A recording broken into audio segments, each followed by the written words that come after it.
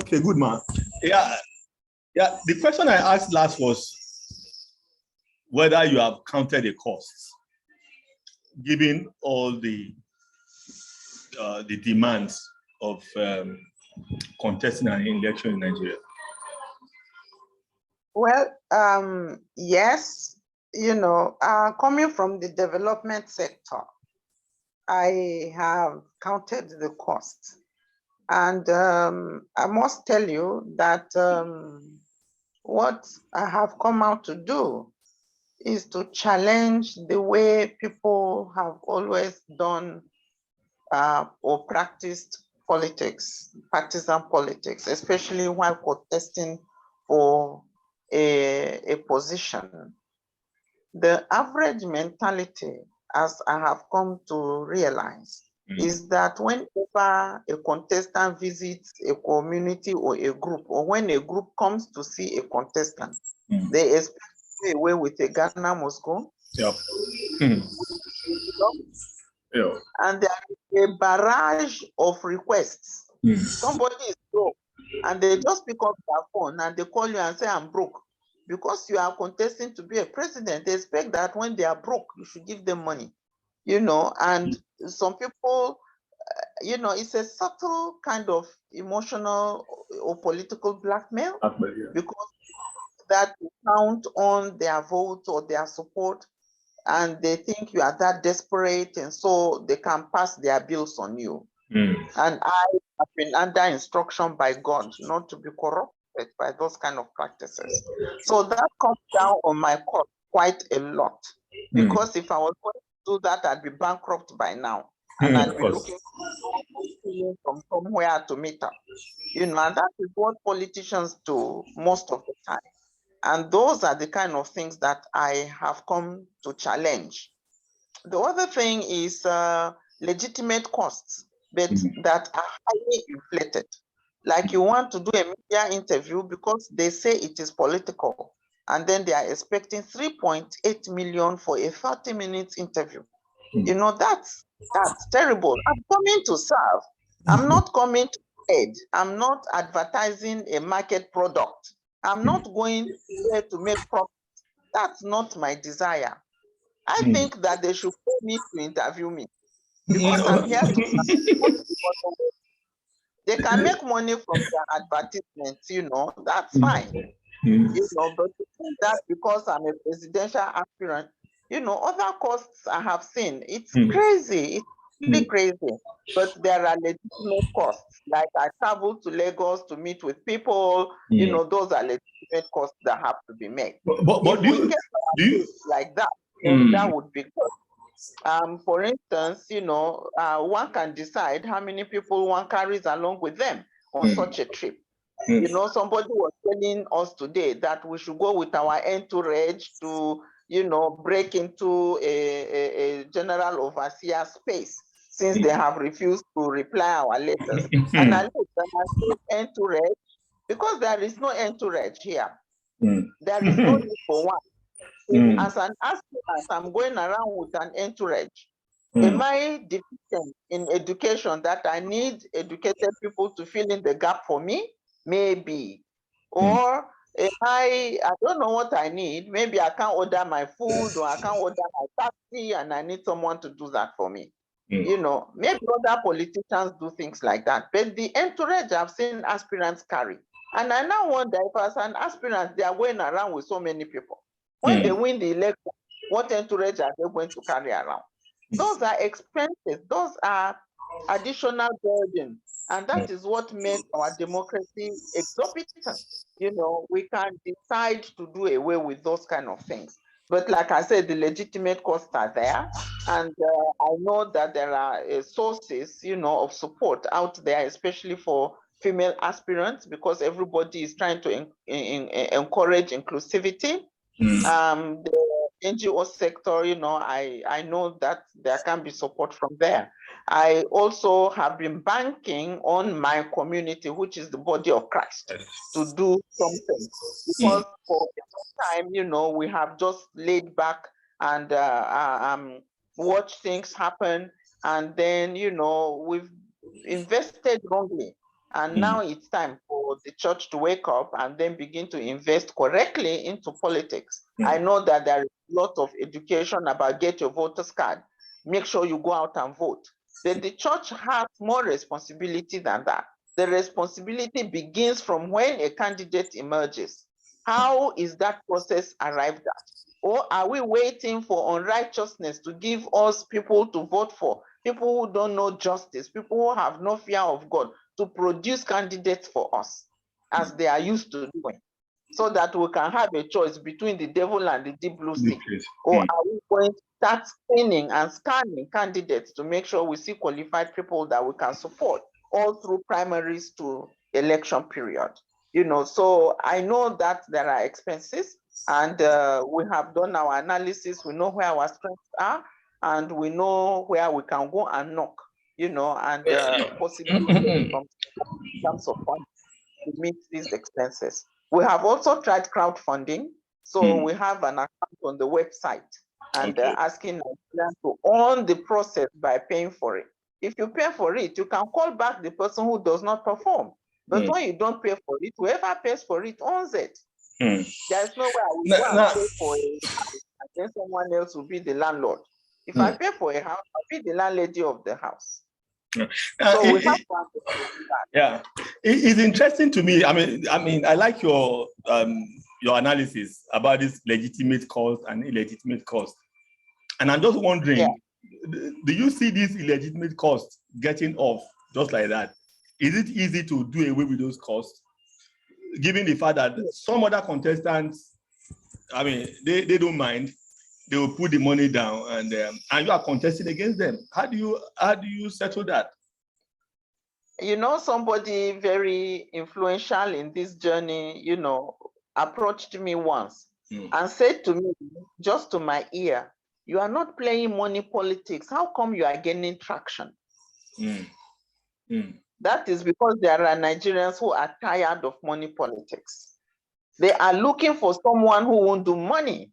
And that has encouraged me. Is the number significant? I mean, as of today, the number of people who are not concerned about money, is it? I believe so. If we take it by percentages of the people who are playing a role now and those who play the role after I have picked up the party ticket, so if we take those comparisons, I'd say yes, we have a significant number, because the number of things that we have been able to achieve in this period is nothing compared to whatever insignificant amount I have in my account. Wow. It has been people who we speak with, who can see the commitment we have, and who understand that we have to do a U-turn at some point, who have dedicated themselves to push this agenda pro bono. It's very amazing. It shows that there are Nigerians who are really desirous of a new country, a country where we are not using money in a reckless way. They want a government that can be frugal. Look at us borrowing money left, right, and center. It is because these people were burning money as if they were lighting matches. That is why they cannot run on an economy that doesn't have plenty money rolling all over the place. I listened to God at a point. I was beginning to develop a complex. And I told myself, why am I doing this? I don't have money. I need to move things like speedily. But the Lord told me, say no. You have been very innovative and creative, and see how far you've come with very little. And he said, when you take over Nigeria, how are you going to run a country that is broke if you can't run a campaign the way you are now? And that made sense to me. And that has to be the Spirit of God speaking, not mammon, And so I know that if I can manage this campaign through, then hello, I'm just the best for Nigeria. Wow. Because we need someone who is very creative, who can do so much with very little, who knows how to leverage on other opportunities, who knows how to speak to people's conscience so that they can come out and team up and sacrifice as is required to move a positive agenda. We will need a leader with the skills that can make Nigeria agree to contribute by sacrificing to ensure that we stop the speedy degradation that is going on.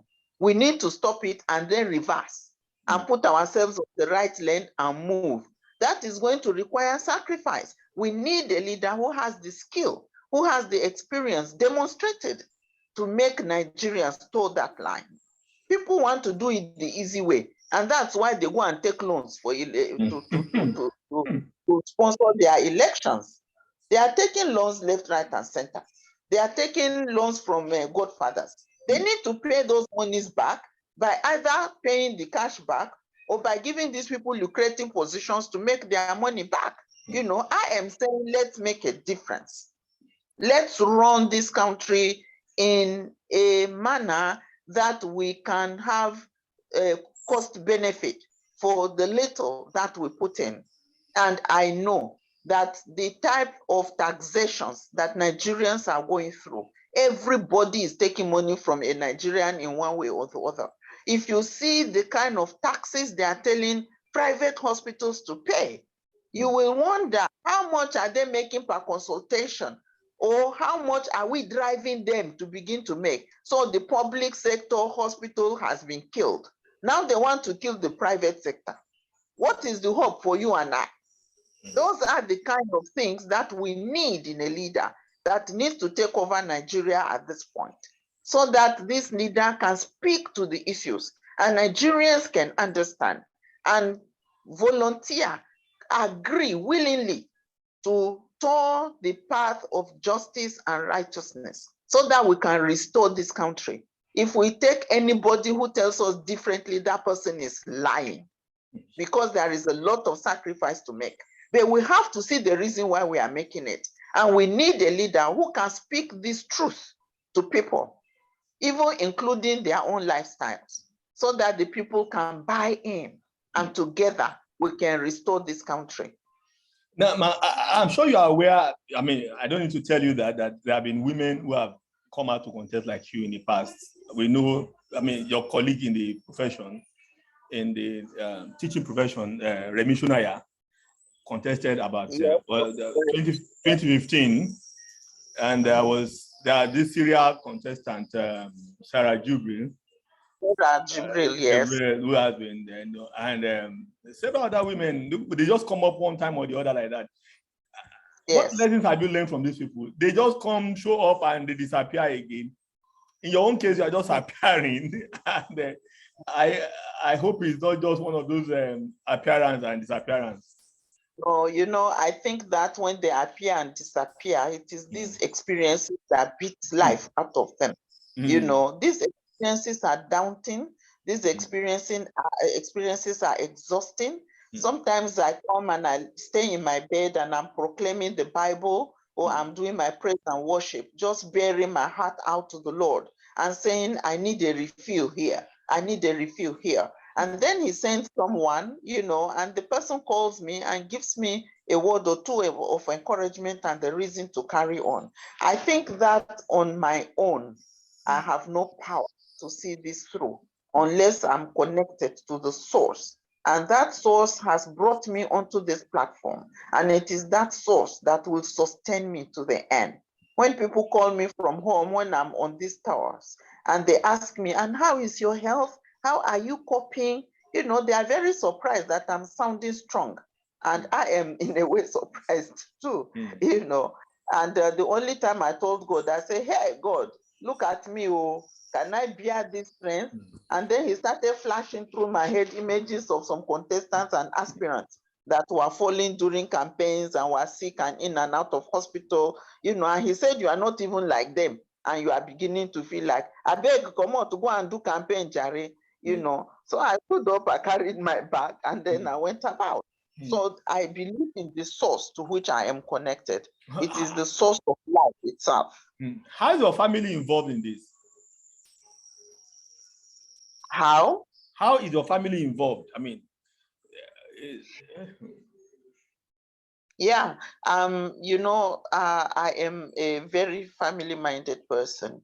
I know that I have given them a fair share of pain, through certain decisions I've made in the past, but now that I'm fully born again and I'm led by the Spirit of God, I have become more sensitive to my family members and their needs and how they feel toward the things that I do.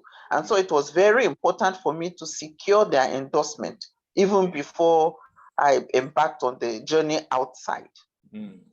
I talked to my family.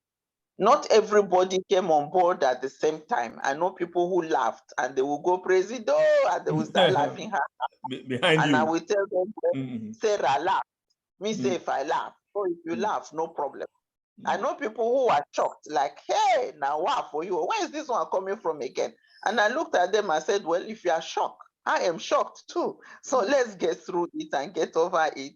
Those that were afraid of the visibility this is going to draw to me and to the family, those who were simply intimidated by the colossal nature of what I was embarking on.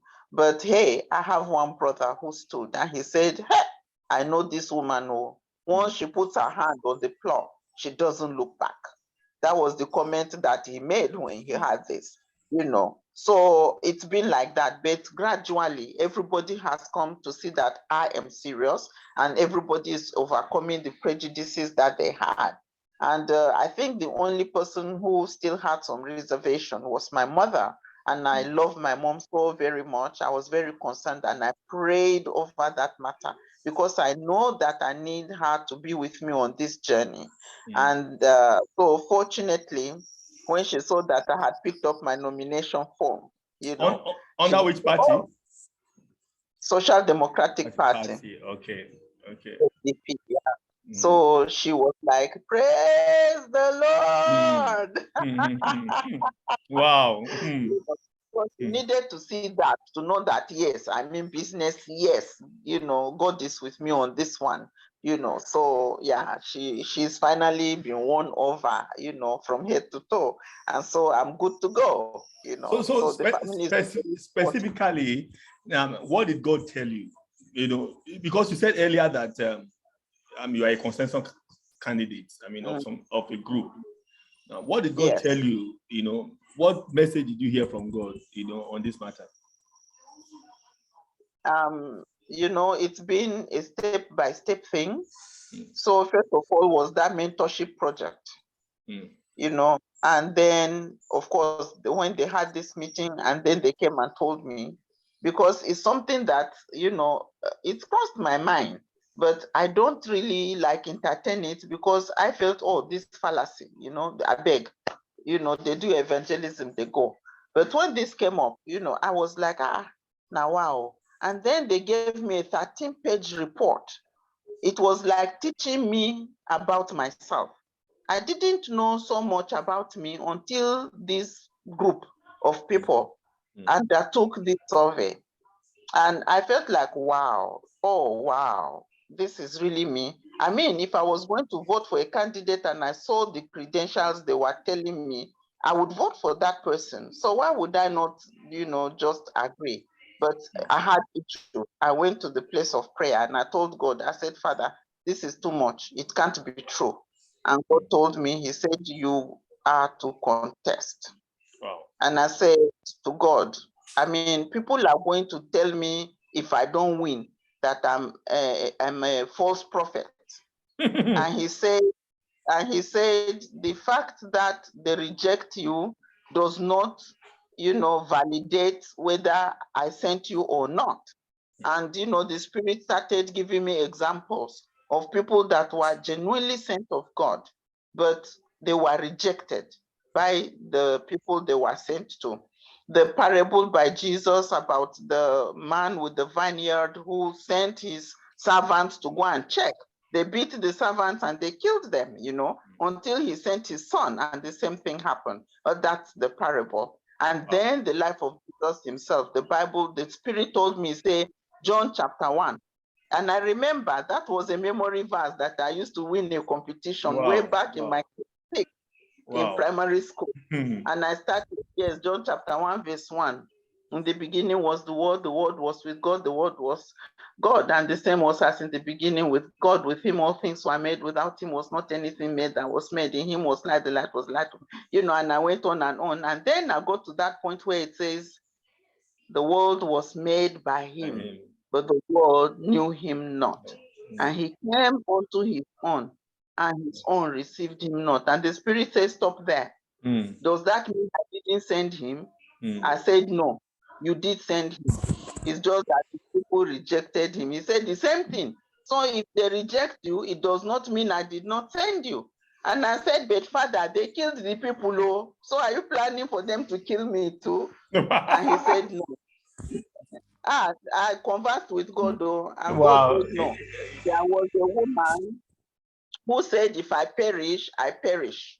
And she didn't die, she wasn't killed on her assignment. And I said, but God, I am afraid. I'm very afraid. And he said, it is normal.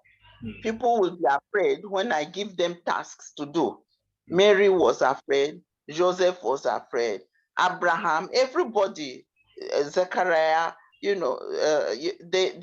is a kind of dread that comes upon people when they have that kind of daunting task from God. Then he said, you know what? The same thing I have told them, I tell you this day. Fear not, for I am with you even unto the end.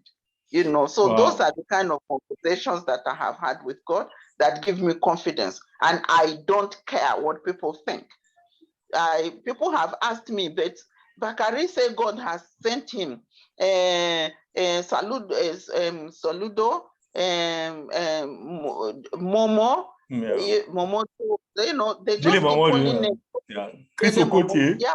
Chris Okotie. Yes. Chris Okotie, yes. And they say, but they claim that God has also called them. And we have Bakari now, also God telling him to. Yes. Contest. And it is right. God never works with one person. God always has a plan. That's why we have the old Adam and we have the new Adam. That's why we have the old covenant, we have the new covenant. And that is why when Elijah was hiding from Jezebel and Ahab, he said, they have killed all the prophets, so now only me remain. God said, no. There are 70,000 others that I have raised that have not bowed the knee to Baal. So God can raise many people at the same time to do a certain task. God is always having standby. In the days of, he said, anoint Elisha, and anoint 2 other people, so that if Elisha missed, the other person will catch him. If the other person missed, the other, that's the biblical, story. And so I have been with God on this matter, honestly, and I still am with God. Honestly, I'm so encouraged by this, the biblical dimension of your conviction. But let's just move on quickly. 2 questions, maybe, so that you can have time for some other thing. What is your the acceptance in the church community? What has been your experience relating with church fathers since you began this journey? Well, have I even met the church fathers? For me, the priority will be for them to have prayed with me before I go to look for other fathers within the political space. I know people would run, for example, to an elder like Ibrahim Babangida, for endorsement. People will run to Abdul Salam, people will run to an emir of Zaza or of Kano and the rest. I chose, and I said, first of all, I need to see my spiritual fathers. Let them look at me, listen to me, pray with me, and then launch me out. Unfortunately, there is a lot of fencing around these fathers that one is not able to see them. You mean you have not been able to see any prominent man of God that you probably want is a blessings? No. I have. And I have written letters. And you have made efforts. Yes, I have spent almost 2 weeks in Lagos, waiting to hear, distributing letters, going from, one church to another. And I have been in touch with PAs and state pastors, you know, and I've got phone numbers, and it's just incredible. You know, I have spoken with people high up like Panam, Pastor Panam, you know, to say, can you help me organize a space so that I can see these people, talk with them, even if it's just to tell them what I've heard from God. Let them even say we don't believe you, for example. I don't mind, but open your doors. And I'm disappointed, very disappointed, because I expect that with all the noise that is going on about the awakening, you know, of the church, that they will receive you, yeah, I was expecting that they would look at on 7 p.m. every day on AIT. They are running the profile of all the hopefuls, of all the people who are aspiring, and I am there. Isn't there anyone who would have a data bank to say all these names? Let's Google them and see which one is our daughter, which one is our son, which one is the Cyrus among all of this list. Let us get them. Let us reach out to them. Let us invest in them through these primaries to make sure that Nigerians have a choice. Coca-Cola and Pepsi, that's not the kind of choice we want. Not between devil and deep blue sea. You know, so it's very painful that, you know, one would spend so much time to look for a man of God. You know, it's not right at all, especially if we are talking about an awakening. It is not the best thing to do. Those doors should be open, you know. And now that mountain has come to Mohammed, as they say, and Mohammed has refused to see the mountain, so Mohammed will now have to look for the mountain, right? Does this in any way affect your conviction? No. I believe that somewhere God has people in place who will do this work with me. And I'm not giving up. I was telling my colleagues day before yesterday not to get discouraged because we have done our best. But my experience with God is that as human beings, we overrate certain organizations, institutions, and people. But God may have some quiet, small people somewhere. We think they are small, but they are giants. And God will use them to bring this to pass. Amen. You know, so my conviction. Now, just one question, then probably wrap up. What do you think is the problem with Nigeria? You are aiming at becoming the president of this country.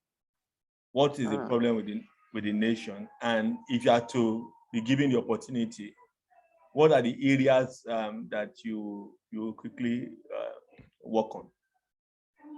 I think that when we were transferring our military rule to civil rule and democracy, you know, the intellectuals had been worn out by the fight with the military, you know, and exhausted. You know, there is always fatigue, you know, and I think that as a result of that fatigue, the people who should have engaged the system to be the right people to take over power were not in place to do so. People were just tired, you know, and then we had inherited an electoral act that was prepared by the military government on what structures to put in place, including the political parties, even though that was expanded to admit more parties.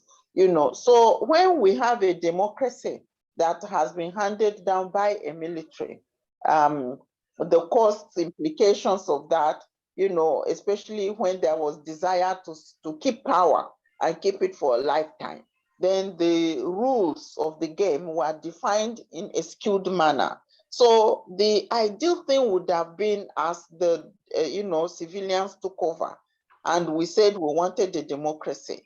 We should have started by democratizing the institute itself that facilitates the process of democracy and democratizing the structures. You know, it doesn't make sense that someone with an O level is sitting in the Senate. How does that person begin to process things? So you see one senator with up to 300 advisors. Why does that person have 300 advisors? Because the person needs people who can process information for them. That is a huge deficit. and I believe that is where we got it wrong. And so we have had this thing becoming ripple effect, and it has, these people have gone in there, and we have seen people, like they say, they enter with bathroom slippers, then they come out with bulletproof cars, and that is, recycling itself.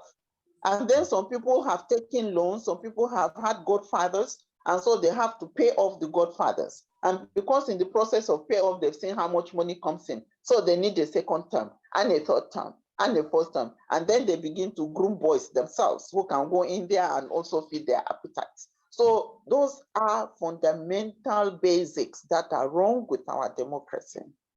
We started it off on a military platform, which was not democratic. So how do we democratize? We need to revisit the Electoral Act in all honesty and sincerity. And we also need to look at our confab report of 2014, because that was a good platform to interrogate what we are using now and begin to bring in processes that can lead to the emergence of people who are not thugs, who are not boys. You can imagine people calling. I was talking to a state chairperson of a party, and that person was saying, don't call me sir, stop telling me sir that I'm your boy. And I looked at the person is in their early 60s. How can you say you are my boy? A whole man, a whole chairperson of a party. So you see, there is this militarization of our psyche that needs to be, refurbished, transformed and renewed. So I think those are the reasons why we have all of the problems we have today, because there is no way the process and structures we have in place can make people emerge who have what it takes to put Nigeria right. So we have insecurity now that is governed by lack of political will to deal with it, and all sorts of conspiracies. Because those days they said they were theories, but we have experienced enough to know that they are not theories. They are genuine conspiracies going on. And so those need to be addressed. The issue of security also has to be looked at with a component on diplomatic relations, because our insecurity is not only limited to the bandits and all the head people that have been shipped into the country that are wreaking havoc. It involves also those industrialized countries who need to feed their own economy and bank account by selling arms and ammunition. We need to engage them as well. Is there any alternative trade that we can have between us and them, that they don't have to sell us things, that weapons that we can use to destroy ourselves? So we need to explore those opportunities. We also have a law enforcement structures and institutions that are very poorly managed. The technical skills lacking, the equipment lacking. Like you go to a police station, they are still using hardcover notebook. In a country where people are doing cryptocurrency, you are using hardcover notebook. You go to other countries, they arrest you, they punch your name in the car, and all your data just rolls out because there is centralized data bank. Why can't we have that in Nigeria? Because some people have things to hide. So we need to kind of overhaul our security apparatus, and make sure that the people who are in it are lovers of Nigeria, not lovers of people. We have a law enforcement, even up to presidency, where people are more loyal to people than to the nation. And I've always thought, I'm like, why can't it be like, for instance, American democracy? You get elected, and certain things are expected to happen on certain days and certain times, and no Jupiter changes it. The day you walk into White House is there. The way they change the furniture is there. The people who have studied your own house and know your colors, and if you have a pet, and everything is already organized. You are not afraid of your security entourage, because that they are protecting the office, the nation, and not you. You know, it's beyond you. But here, somebody will go and throw away all the security and bring new one because we don't trust what is on ground. We need to work on that as well, because and then the interpersonal relationship and security matters that cause a Yahoo plus to go and behead a girlfriend or pluck out somebody's eyes and private parts because they want to make money. All those are insecurity issues. Why, I mean, BRT driver needs to kill a passenger for which they should be responsible, whom they should secure with their life, you know. And those security issues we need to address. And once we have addressed them, then we will have a platform for other things to follow, like agriculture, for example. So we will have increased food security. We'll be able to reactivate like the tire manufacturing company with the rubber that we are producing on our plantations. We will be able to feed our textiles again with cotton, you know, and then we'll provide employment, because at that point, farming has to be mechanized and made sexy, you know, for young people to find it attractive. So even the way we talk about it, the kind of communication materials we use need to change so that people can begin to see agriculture as some attractive place to be, because it can solve our food insecurity. It can also provide employment opportunities and also improve our, you know, GDP, how much money we make and so on.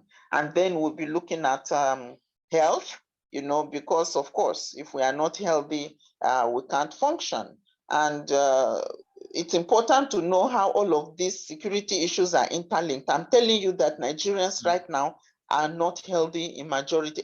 Our mental health is very poor right now, and it's affecting productivity. Because, I mean, they are bombing a train. They are abducting people at the airport. They are entering our military barracks. If they've entered Kaduna and all those bases where the umbilical cord of our military is, imagine what an ordinary person is feeling out there. So health is very important. Mental health is very important. And it is not a question of talking by mouth that we will make sure that people stay in Nigeria to treat diseases while we will be flying abroad to go and treat ours. No. I have been in hospitals overseas, and I know that it is not rocket science. What is happening there can happen here as well. I went to India and the doctor was telling me that women don't die of breast cancer there anymore. Can we say that about Nigeria when we don't have a single PET CT scan machine? MRI is so expensive. We are not even talking about heart surgery yet, and all of those sophisticated, you know, components of medical practice and services. But those are the things that we are entitled to. And just the way people access it out there, we need to make it also accessible here, so that poor people can have heart surgery if they need, so that women in rural areas can, you know, detect cancer early and have, you know, management and treatment alternatives. The reason why they are going to churches to pray and going to see traditional medicine people is because they can't afford the treatment and they can't even access it. And that brings me to the question of the National Hospital.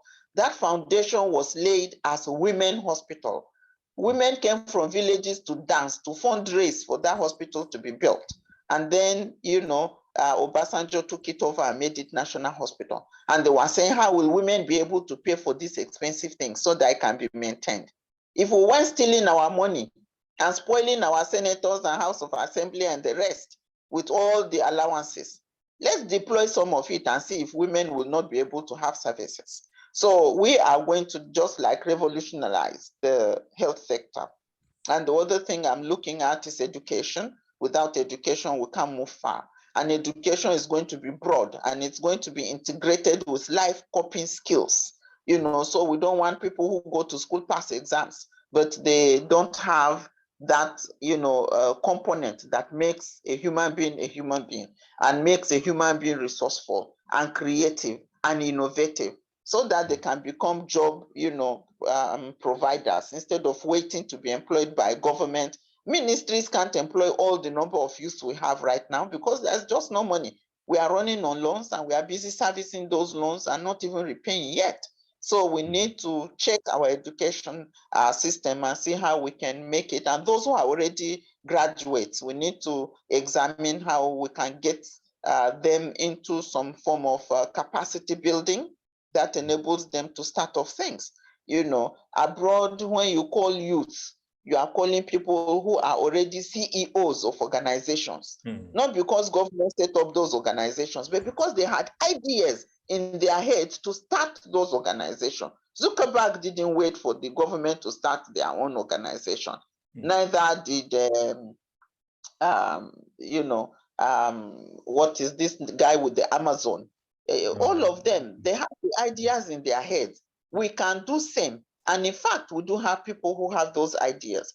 We need to identify them. We need to celebrate them. We need to encourage them. We need to facilitate so that they can get established. Not a situation where you start something before you even start a pay, because you put signboard, local government has come to collect revenue.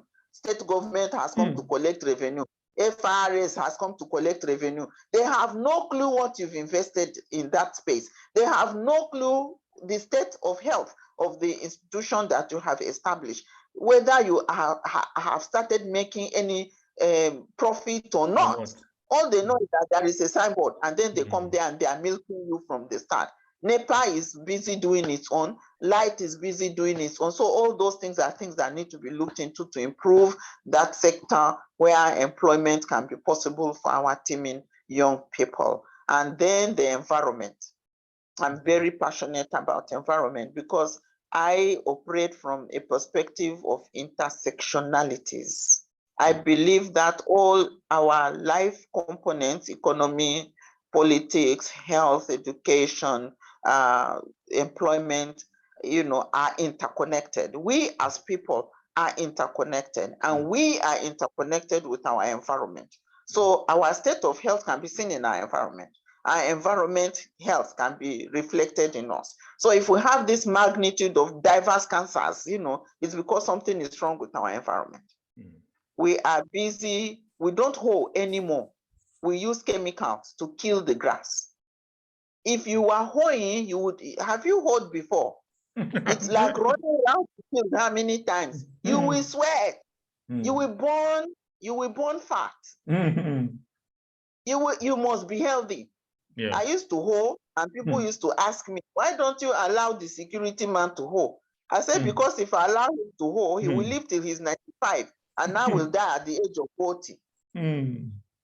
So I need to hoe. Let us hoe. Let's not use those chemicals. Yeah. And those chemicals are washed into our ecosystem. And then we are drinking it in form of water. We are eating it through our plants, because these plants, they absorb the chemicals. And then the animals also we are eating eat those plants. And so we are busy feeding the environment with wrong properties, chemical properties, and then eating those things back into our bodies. And now we are beginning, cancers that were not there, we are seeing. Age at which people are now getting cholesterol high and hypertension is getting, narrower. So you see people 25. And their blood pressure would shock you, Of course, it's also added to the fact that the environmental stress is immense. And so these young people are just in trouble. And if we haven't formed resilient skills in them and other coping mechanisms, then they are very vulnerable to all of these diseases, plus the fact that our environment has been abused. We have finished deforesting most of our, middle belt zone. We are using generators, if you, in your house, you have a generator, in your office, you have a generator, you have a business outfit, you have a generator. So only you are operating for generators. In addition to that, you have a car, your wife has a car, the kids have a car. So you can see the emission that we are, delving out. We probably won't get around the problem of this nation. It's not. What I'm now proposing is that we have to use an intersectionality approach.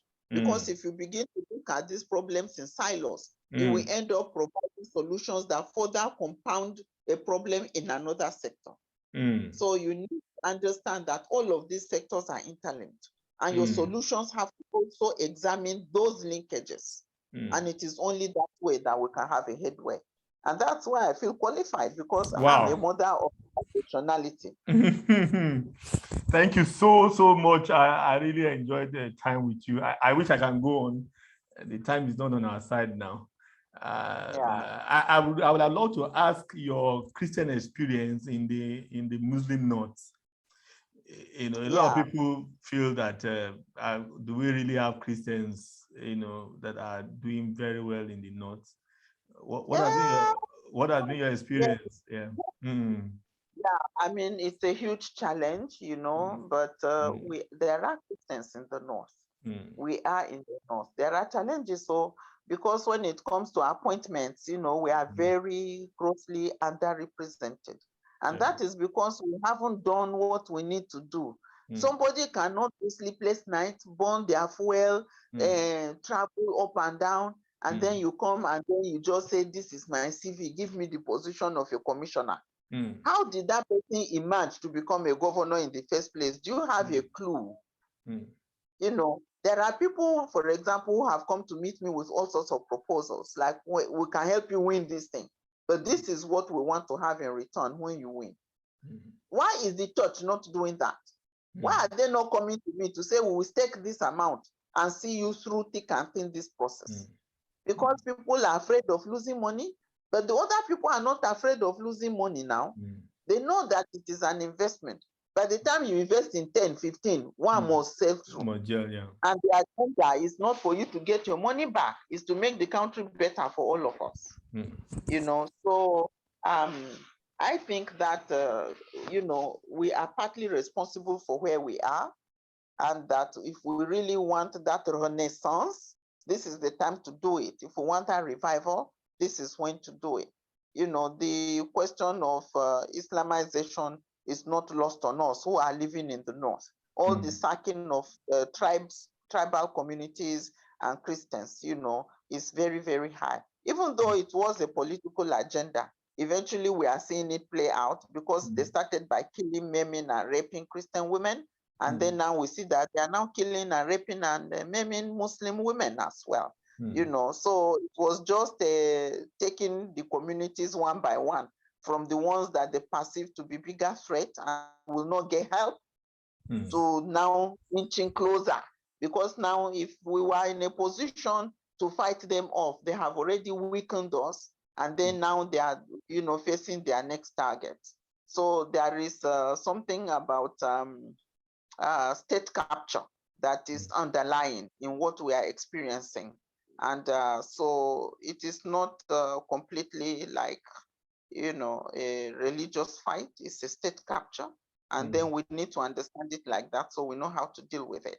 But if we want to have a say in the Nigeria that is going to be redeemed, because by prophecies, this is the year where Nigeria is restored.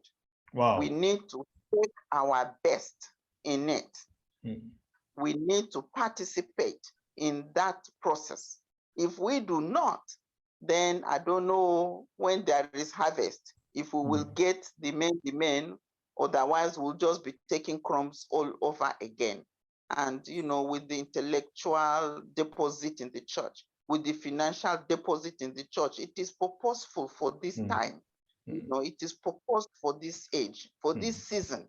And so those who are custodians of the resources that God has put into the body of Christ, this is the time for them to bring those resources out. Let's stop building mansions and building cathedrals and domes and, you know, competing to see whose one is the biggest or whose one is the most technologically, you know, what we need now is in a Nigeria of our dream. Thank you so much. Well, maybe once on this other day, we are going to take up this conversation again. I appreciate your time. Thank you so much. Thank you. God bless you. I'm grateful to you. Yeah. So we'll link up later. On YouTube. God bless. Okay. Merci. Bonsoir. All right. By His grace. Yeah. Thank you. Bye-bye. All right. Yeah.